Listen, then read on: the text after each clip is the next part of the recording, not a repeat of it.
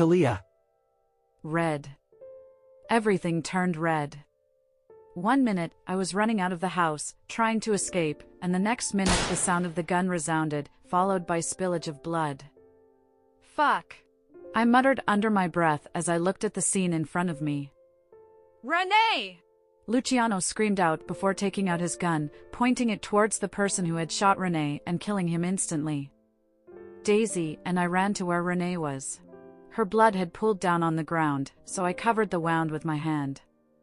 "Give me a cloth or binder of some type," I told Daisy. However, Renee shook her head, making me look at her with frantic eyes. "Let's get out of here first," she said in a weak voice.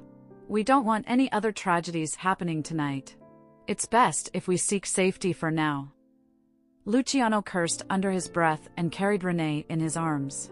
"Let's leave," he said in such a cold voice that it sent shivers down my spine. I also stood up from the ground, still shaken up from the situation. Daisy was already crying beside me, but I held onto her wrist and shook my head. "We have to stay strong." She nodded her head and kept her tears at bay, hastening her footsteps so we could get out of this place as soon as possible. I became more wary of my surroundings, making sure that no one was following us on our way out. Thankfully, we were able to make it to the car without any more tragedies. However, Renee's condition was quickly worsening. "The binder," I told Daisy. She ripped off a piece of her jacket, handing it over to me. I wrapped it around Renee's wound, trying to put pressure on the site. However, her blood quickly soaked the binder, and it was of little to no help. "Shit," Luciano muttered under his breath as Renee's eyes started drooping. "Stay with us, Renee.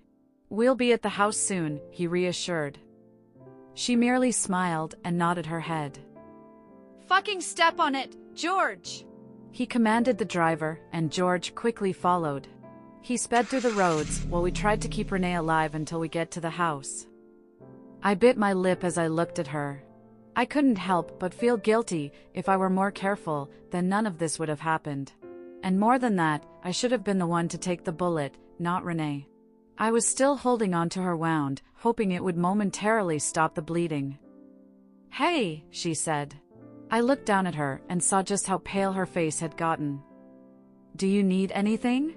I scrambled around the car. She shook her head and weakly held onto my hand, the one holding her wound.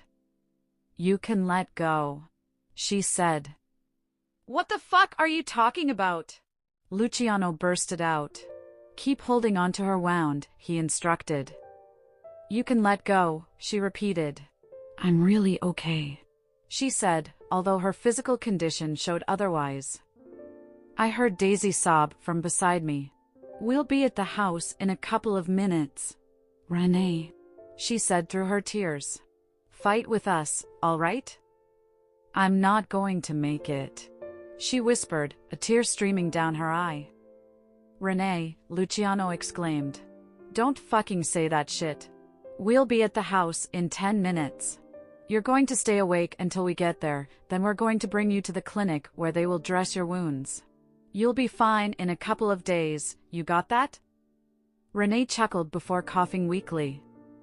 I looked at her with concern. "I missed you, Luciano," she said.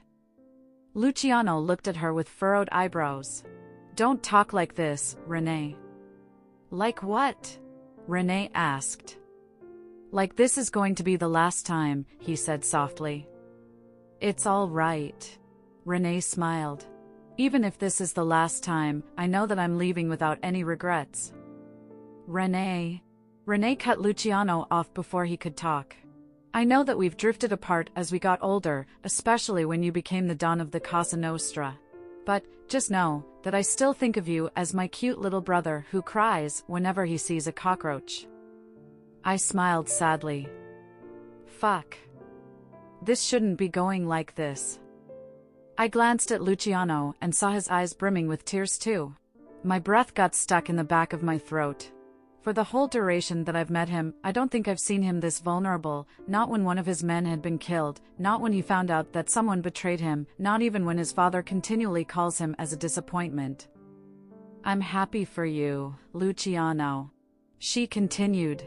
These past couple of months, I feel like you're going back to your old self, your real self.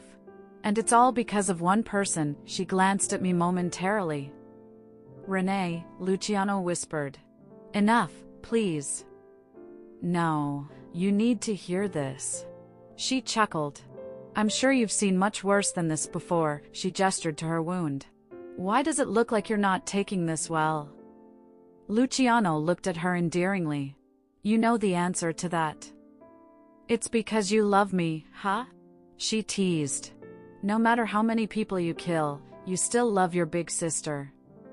I looked at the two of them and felt even more guilty. I really should have been the one who was shot amidst this all. "Hey," Renee said, patting my hand. I leaned closer to her. "I know that look on your face. Don't even think about it." She held up her finger. She was more out of breath now, and her lips were almost paper white. "It's not your fault," she said. "The only person who's at fault here is the one who shot me, all right? But frankly, I think it's worth it getting shot. We've saved so many kids. I'll take that with me when I go to heaven." "You're not going." I insisted. "We're almost there." I peered out of the window. "Just a couple more blocks." Luciano held onto her other hand while Daisy told George to drive even faster. My heart swelled with hope when I saw that we were nearing the gates. "We're here. We're here," I shakily said. "Stay with us for a little while more, She smiled weakly. Her eyes were almost closed now, and every second felt like an eternity. "I don't think I can make it," she said. "I'm not feeling so good." "Renee," Luciano said, patting her shoulder. She was already limp, but there were still signs of her breathing. "Renee, fucking wake up!" he said through gritted teeth. "Geez," she gasped. "Do you have to curse when I'm already dying?" "Nobody's dying here," he loudly said. "Especially not you." Renee merely shook her head, ignoring her brother's statement. She then looked towards me and used her last strength to give me a reminder. "Take care of my brother for me, all right?" she said. I shook my head. "Take care of him yourself. You're still going to be able to take care of him after this." I held onto her hand, however, she didn't have any strength left to grip mine. "We're here," George said, and we scrambled to get out of the door. Luciano carried Renee in his arms and ran to the clinic. Daisy and I trailed behind him, our clothes soaked with blood and tears. The doctors of the Casa Nostra declared a code blue as soon as they saw Renee's state. They quickly placed her on top of the bed, dressing her wound and hooking her onto some machines. The three of us just stood there, unmovingly watching the horrifying scene of them trying to revive Renee in front of us. The doctors tried their hardest, and I, too, being the unreligious person that I am, started to pray. At this moment, I prayed to any god out there, wishing for them to keep Renee alive. I was hoping that both science and faith would be able to heal her. However, in the end, both science and faith had failed. We were already too late. Talia. Black. Now, everything was black. Today was the day of Renee's funeral, and I'd never seen the Casa Nostra this quiet and solemn before. Although I see people wearing black clothes every day, this situation feels different. We weren't wearing black because we like dark colors. We weren't wearing black because it screams more dangerous. We weren't wearing black because we wanted to be hidden in the night. We were wearing black because someone died, and that someone just had to be Renee. It wasn't the usual funeral that people go to. There wasn't any ceremony. There weren't any flowers. Nobody even spoke about their memories with her. The funeral just consisted of burying Renee's body under the ground. After that, everyone went on their own usual way. I pursed my lips together as I watched them walk away, not a single trace of sadness on their faces. I guess that's what being in the Mafia is like. Everyone is bound to be emotionless. After experiencing countless deaths, I'm sure they had gotten numb to these kinds of situations. Once everyone had left, I went in front of Renee's tomb and looked at her tombstone with a longing look. "Why did it have to be you?" I muttered under my breath. I brought out the small sunflower that I picked from the garden a while ago and placed it on top of her grave. The moment I saw the flower, it reminded me of Renee, bright against the dark world. It saddens me that someone like her was taken away from the world too early. It makes me wonder if I should have been the one to be shot during that night instead. Actually, that was supposed to happen. I was supposed to be the one to be shot, however, Renee selflessly pushed me to the ground, causing her to take the bullet. I sighed and stood up from the ground. "I'm sorry," I said for one last time before turning around and entering the house. I went up the stairs and straight into Luciano's office. He was wearing his usual suit, and he was surrounded by a mountain of paperwork. It seemed like another normal day for him, however, I knew better. "Why didn't you go today?" I asked, sitting in front of him. He glanced at me for a second before looking back at his work. "Not in the mood." He frowned. I clicked my tongue and leaned my elbows on the table. I observed his face and frowned when I saw that his dark circles had gotten even darker. I couldn't help but feel worried about him. Ever since Renee died, we haven't had a normal conversation with each other. I tried initiating some, of course. But he doesn't seem to want to talk to me. I decided to give him some time since I knew that he was having a hard time even if he wasn't making it obvious. "Are you all right?" I asked, concern laced in my voice. "What do you think?" he snapped, not looking up from the papers. My eyes momentarily widened in surprise. I was taken aback by the tone of his voice. Now that I think about it, he's never spoken to me in such a tone before. It made my heart squeeze in pain. I stalled. "Do you want to eat something?" I asked, changing the topic. "I heard that you haven't been eating well these last couple of days. I could heat you up some soup if you'd like." He didn't say anything back, so I just sat there awkwardly while waiting for his response. I didn't want the two of us to continue to be engulfed in this suffocating silence, so I talked about what happened yesterday. I cleared my throat and straightened my back. "I visited the children we rescued yesterday. They seem to be doing well in the home that you placed them in. They were looking for you yesterday, but I told them that you were busy. They told me to tell you that they're very grateful for everything you have done for them. If you have time, then the two of us." "You're making my head hurt." He closed his eyes and leaned back against his seat, massaging his temples. I shut my mouth close and guiltily looked at him. He really seems to be in so much distress, and it pains me that I can't do anything about it. At that moment, I had the urge to apologize for everything. "I'm sorry," I said in a soft voice. He opened his eyes and sighed. "What are you apologizing for?" "Just, for everything," I let out a shaky breath. "For not being careful enough. For not being fast enough. For not being able to tell that there was someone behind me at that time. If it weren't for me, then none of this would have happened. I really should have been the one to." "Shut up!" he said. I looked at him. "I said, shut the fuck up." I don't want to be hearing this right now. I felt my chest tighten as he spoke to me in such a cold voice. "Get out," he said, breaking my heart even more. I sat rigid in my seat, afraid to move. "Get out, Talia. Leave me alone." Sometime later. I quietly closed the door of my room, locking it as I went in. I laid down on my bed and looked up at the ceiling. I felt tears brimming in my eyes, and it didn't take long before my pillow was soaked with tears. Tears continued to flow out of my eyes, however, a sob never escaped my lips. I just let the tears flow, hoping that it would take away the sadness in my heart. "Fuck," I cursed as I roughly wiped my eyes. These past few days have been nothing but hell for me. My dark moments when I lived with my father and brothers don't even compare with what I'm feeling right now. When we found out that Renee had died, all I could do was blame myself for not being careful enough. And when I talked to Luciano, hoping we could seek comfort with each other, he does nothing but push me away.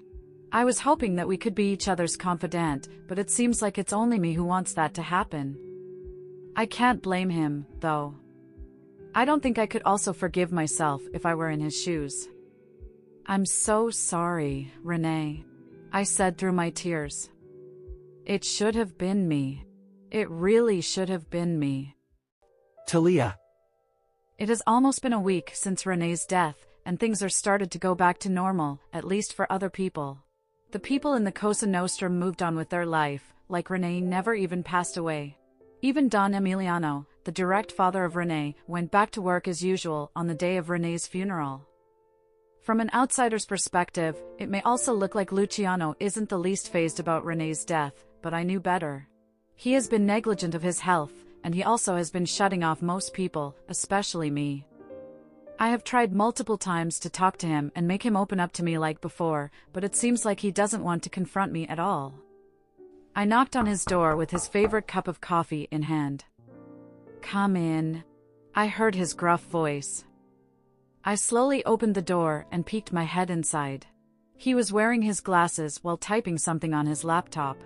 "I've made you some coffee," I softly said. He didn't even glance at me and just patted the empty spot on his table. "I'll drink it later." I placed the cup of coffee on the table and backed away from him. I knew I should have left at that point, but my feet were anchored on the ground. "What are you still doing here?" he snapped. I didn't know what to say. I've already run out of ideas on how to revert our relationship back to how it was. "Do you want anything else?" He shook his head. "You can go," he dismissed. However, I still did not move. He sighed and removed his glasses, leaning back against his seat and looking me straight in the eyes. My heart skipped a beat as the two of us made eye contact. Butterflies also started erupting in my stomach. Shit. At that moment, I realized. The reason why I've been trying so hard to reach out to him for the past few months is not because I'm supposed to protect him. Heck, it's not even out of concern or guilt for not being able to protect Renee. I like him. And I just realized that now. "Talia!" He exclaimed my name loudly, making me snap out of my thoughts. I shook my head, still slightly dazed, and sheepishly looked at him. "Yes?" "If you don't have anything else to say, then I suggest you leave." Oh, okay," I stuttered. My eyes momentarily widened in surprise when I realized that I had stuttered. Fuck. I've always been so confident in front of him. "I'll leave, then," I said, quickly bolting out of his room and slamming the door close. I didn't even spend a second before rushing to my room and burying my face in my pillow. I let out a scream for a couple of seconds before running to the bathroom to splash my face with some cold water. I stared at my reflection in the mirror, and only then did I realize that my face was practically strawberry red. I placed my hand on both cheeks and shook my head. "You're going crazy," I whispered under my breath before slapping the shit out of my right cheek. "But I can't help it," I added when Luciano's face popped into my face once more. As much as I hated to admit it, it seemed like I'd really caught some feelings for him. And it's not the mere crush that I had on the fictional characters of my books. This time, I'm in deep. And I don't know what to do.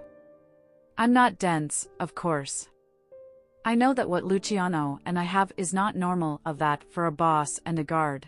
The people around me, especially Renee, also made it obvious that there was something going on between the two of us. I halted my thoughts when she came back to my mind once again, Renee. As each day passes, I miss her even more and more. Maybe the reason why I can't bring myself to hate Luciano despite him ignoring me each day is because of her. I would have acted the same way as Luciano if my beloved sister also passed away because of someone's carelessness. Now, it's not my feelings that should be the priority. But, damn, is it hard to hide it? Asterisk. Days continue to pass, and it seems like Luciano and I's relationship hasn't been getting any better. At least, he's been speaking to me now. However, all of our conversations comprise only Mafia-related matters. We were currently out overseeing the building of the new houses on the lands that Sir Charles had given us, and we were with Daisy, who had been assigned to various tasks when Renee died. I know that she's still not better, but she's doing a good job of acting like she is. It's everyone's talents here, apparently, hiding their genuine feelings. I staggered a bit as we walked to the resting station. Daisy held onto my arm and stabilized my stance. "Hey, you okay?" she asked. "You seem pretty out of it." Luciano turned around when he heard us talking. I wiped the sweat off of my brow and took a sip of cold water. "I'm okay," I breathed out. "Just a little dizzy, that's all. Must be because of the sun." Daisy looked at me with concern. I could also feel Luciano's gaze not moving away from my face. "This has been going on for quite a while, hasn't it? Have you been to the clinic like I asked you to?" I shook my head and took another sip of water. "Honestly, I've been feeling like shit for the past couple of weeks, nausea, vomiting, mood swings, and the like. I just associated it with my stress, though." "Too busy," I said. "Besides, I'm okay. Still alive and kicking, I joked. Daisy sighed and shook her head. "After this, when we go back to the property, make sure to visit the clinic, all right?" All right, I waved her off just to get her to stop nagging me. "Talia," Luciano suddenly said my name. I turned to him with wide eyes. "Yes, Dawn." "Go back now." I tilted my head to the side in confusion. I asked. "But we still haven't seen every property," I reasoned. He sighed. "It doesn't matter. We'll take care of this. Go back to the house and have yourself get checked by the doctor." "I'm really all right," I insisted. "Talia," he said my name in a tone that cannot be disobeyed. I pursed my lips together. I had no other choice. "All right." I looked at the box in my hands with confusion as I walked out of the clinic. The doctor wasn't present since he was apparently out with his family, but thankfully, there was a kind nurse who assessed my condition. She couldn't give me a proper diagnosis, but after asking me a bunch of questions, she gave me a pregnancy kit. I gave her a crazy look as soon as she handed me the kit, but she insisted that I try it. So, here I am now, peeing on a piece of plastic to see if I was pregnant or not. I mean, I don't even know where she got the idea that I could be pregnant. The symptoms that I'm feeling are definitely because I haven't been getting much sleep. To add to that, my situation with Luciano has also been increasing my stress levels, which makes me more susceptible to petty diseases. My train of thought was cut short when my alarm went off. I went to the sink, where I had left the pregnancy kit, and looked at the results nonchalantly. I almost fell down when I lifted the kit in front of my eyes. All right. Maybe the nurse wasn't that crazy after all.